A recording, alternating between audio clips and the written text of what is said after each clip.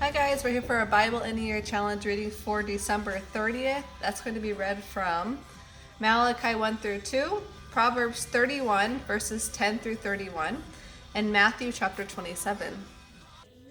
Okay, Malachi chapter 1. This is the message that the Lord gave to Israel through the prophet Malachi. The Lord's love for Israel. I have loved you deeply, says the Lord. But you retort, really? How have you loved us? And the Lord replies, I showed my love for you by loving your ancestor Jacob. Yet Esau was Jacob's brother, and I rejected Esau and devastated his hill country. I turned Esau's inheritance into a desert for jackals. And Esau's descendants in Edom may say, we have been shattered, but we will rebuild the ruins. But this is what the Lord Almighty says. They may try to rebuild, but I will demolish them again. Their country will be known as the land of wickedness, and their people will be called the people with whom the Lord is forever angry. When you see the destruction for yourselves, you will say, truly the Lord's great power reaches far beyond our borders. Unworthy sacrifices. The Lord Almighty says to the priests, a son honors his father, and a servant respects his master. I am your father and master, but where are the honor and respect I deserve? You have despised my name. But you ask, how have we ever despised your name? You have despised my name by offering defiled sacrifices on my altar. Then you asked, how have we defiled the sacrifices? You defile them by saying the altar of the Lord deserves no respect. When you give blind animals as sacrifices, isn't that wrong? And isn't it wrong to offer animals that are crippled and diseased? Try giving gifts like that to your governor and see how pleased he is, says the Lord Almighty. Go ahead, beg God to be merciful to you. But when you bring that kind of offering, why should he show you any favor at all? Asks the Lord Almighty. I wish that someone among you would shut the temple doors so that these worthless sacrifices could not be offered. I am not at all pleased with you, says the Lord Almighty, and I will not accept your offerings. But my name is honored by people of other nations from morning till night. All around the world they offer sweet incense and pure offerings in honor of my name.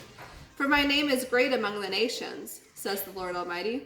But you dishonor my name with your actions. By bringing contemptible food, you are saying it's all right to defile the Lord's table. You say it's too hard to serve the Lord, and you turn up your noses at his commands, says the Lord Almighty. Think of it, animals that are stolen and mutilated, crippled and sick, presented as offerings. Should I accept from you such offerings as these? Asks the Lord. Cursed is the cheat who promises to give a fine ram from his flock, but then sacrifices a defective one to the Lord. For I am a great king, says the Lord Almighty, and my name is feared among the nations. Chapter 2, a warning for the priests. Listen, you priests, this command is for you. Listen to me and take it to heart. Honor my name, says the Lord Almighty, or I will bring a terrible curse against you. I will curse even the blessings you have received. Indeed, I have already cursed them because you have not taken my warning seriously. I will rebuke your descendants and splatter your faces with the dung of your festival sacrifices, and I will add you to the dung heap. Then at last you'll know it was I who sent you this warning, so that my covenant with the Levites may continue, says the Lord Almighty. The purpose of my covenant with the Levites was to bring life and peace, and this is what I gave them. This called for reverence from them, and they greatly revered me and stood in awe of my name. They passed on to the people all the truth they received from me. They did not lie or cheat. They walked with me, living good and righteous lives, and they turned many from lives of sin. The priests' lips should guard knowledge, and people should go to them for instruction. For the priests are the messengers of the Lord Almighty, but not you. You have left God's path. Your guidance has caused many to stumble into sin. You have corrupted the covenant I made with the Levites, says the Lord Almighty. So I have made you despised and humiliated in the eyes of all the people. For you have not obeyed me, but have shown partiality in your interpretation of the law. A call to faithfulness. Are we not all children of the same Father? Are we not all created by the same God? Then why are we faithless to each other, violating the covenant of our ancestors? In Judah and Israel and in Jerusalem there is treachery. For the men of Judah have defiled the Lord's beloved sanctuary by marrying women who worship idols. May the Lord cut off from the nation of Israel every last man who has done this, and yet brings an offering to the Lord Almighty. Here is another thing you do. You cover the Lord's altar with tears, weeping, and groaning, because he pays no attention to your offerings, and he doesn't accept them with pleasure. You cry out, why has the Lord abandoned us? I'll tell you why. Because the Lord witnessed the vows you and your wife made to each other on your wedding day when you were young, but you have been disloyal to her, though she remained your faithful companion, the wife of your marriage vows. Didn't the Lord make you one with your wife? In body and spirit you are his. And what does he want? Godly children from your union. So guard yourself. Remain loyal to the wife of your youth, for I hate divorce, says the Lord, the God of Israel. It is as cruel as putting on a victim's blood-stained coat, says the Lord Almighty. So guard yourself. Always remain loyal to your wife. You have wearied the Lord with your words. Wearied him, you ask? How have we wearied him? You have wearied him by suggesting that the Lord favors evildoers, since he does not punish them. You have wearied him by asking, where is the God of justice? Okay, and Proverbs 31.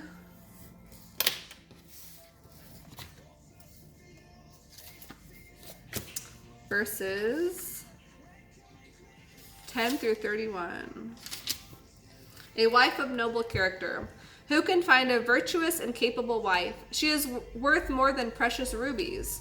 Her husband can trust her, and she will greatly enrich his life. She will not hinder him, but help him all her life. She finds wool and flax and busily spins it. She is like a merchant's ship. She brings her food from afar. She gets up before dawn to prepare breakfast for her household and plan the day's work for her servant girls. She goes out to inspect a field and buys it. With her earnings, she plants a vineyard. She is energetic and strong, a hard worker. She watches for bargains. Her light burns late into the night.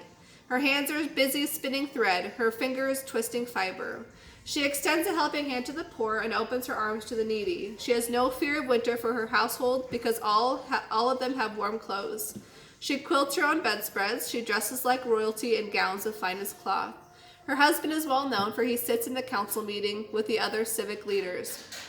She makes belted linen garments and sashes to sell to the merchants. She is clothed with strength and dignity, and she laughs with no fear of the future. When she speaks, her words are wise, and kindness is the rule when she gives instructions. She carefully watches all that goes on in her household and does not have to bear the consequences of laziness. Her children stand and bless her. Her husband praises her. There are many virtuous and capable women in the world, but you surpass them all. Charm is deceptive, and beauty does not last, but a woman who fears the Lord will be greatly praised.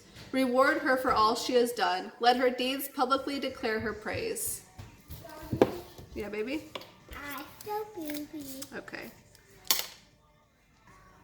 Okay, Matthew chapter 27. Judas hangs himself. Very early in the morning, the leading priests and other leaders met again to discuss how to persuade the Roman government to sentence Jesus to death. Then they bound him and took him to Pilate, the Roman governor. When Judas, who had betrayed him, realized that Jesus had been condemned to die, he was filled with remorse.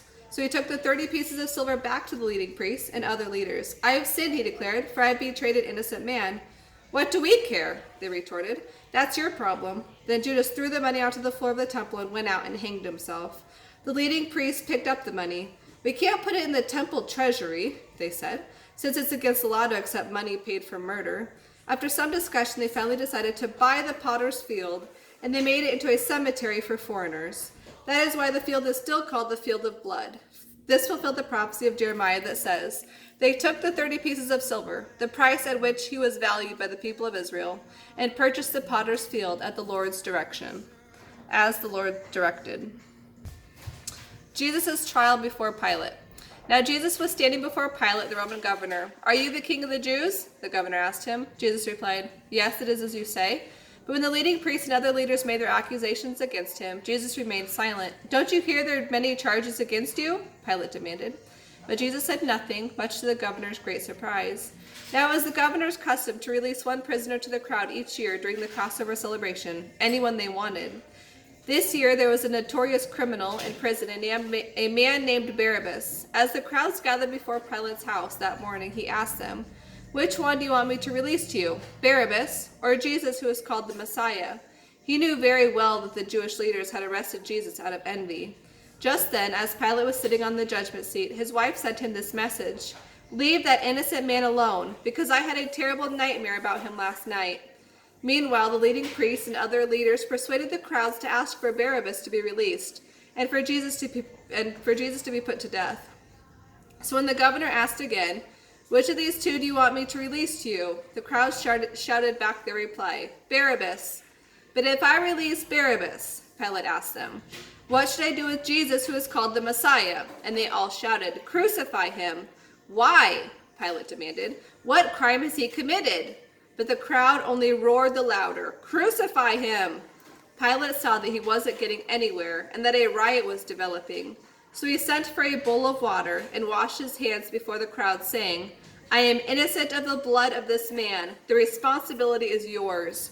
And all the people yelled back, We will take responsibility for his death, we and our children. So Pilate released Barabbas to them. He ordered Jesus flogged with a lead-tipped whip, then turned him over to the Roman soldiers to crucify him. The soldiers mocked Jesus. Some of the governor's soldiers took Jesus into their headquarters and called out the entire battalion. They stripped him and put a scarlet robe on him.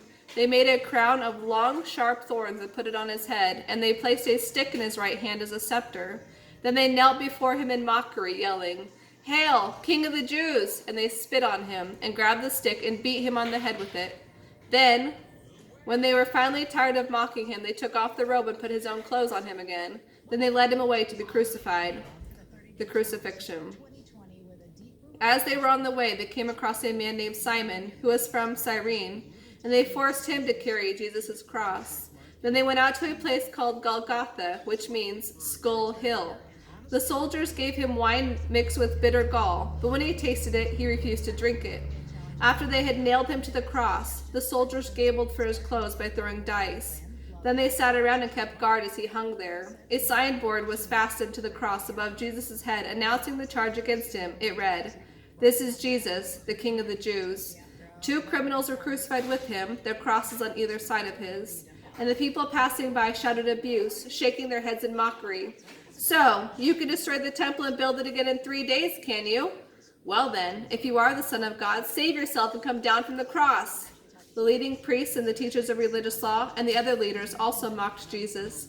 He saved others, they scoffed, but he can't save himself. So he is the King of Israel, is he? Let him come down from the cross and we will believe in him. He trusted God. Let God show his approval by delivering him. For he said, I am the Son of God. And the criminals who were crucified with him also shouted the same insults at him. The death of Jesus. At noon, darkness fell across the whole land until 3 o'clock. At about 3 o'clock, Jesus called out with a loud voice, Eli, Eli, lema sabachthani, which means, my God, why have you forsaken me? Some of the bystanders misunderstood and thought he was calling for the prophet Elijah. One of them ran and filled a sponge with sour wine, holding it up to him on a stick so he could drink, but the rest said, Leave him alone. Let's see whether Elijah will come and save him. Then Jesus shouted out again, and he gave up his spirit. At that moment, the curtain in the temple was torn in two, from top to bottom. The earth shook, rocks split apart, and tombs opened. The bodies of many godly men and women who had died were raised from the dead after Jesus' resurrection. They left the cemetery, went to the holy city of Jerusalem, and appeared to many people. The Roman officer and the other soldiers at the crucifixion were terrified by the earthquake and all that had happened. They said, Truly, this was the Son of God. And many women who had come from Galilee with Jesus to care for him were watching from a distance. Among them were Mary Magdalene, Mary, the mother of James and Joseph, and Zebedee's wife, the mother of James and John. The burial of Jesus. As evening approached, Joseph, a rich man from Arimathea, who was one of Jesus' followers, went to Pilate and asked for Jesus' body. And Pilate issued an order to release it to him. Joseph took the body and wrapped it in a long linen cloth. He placed it in his own new tomb, which had been carved out of rock. Then he rolled a great stone across the entrance as he left.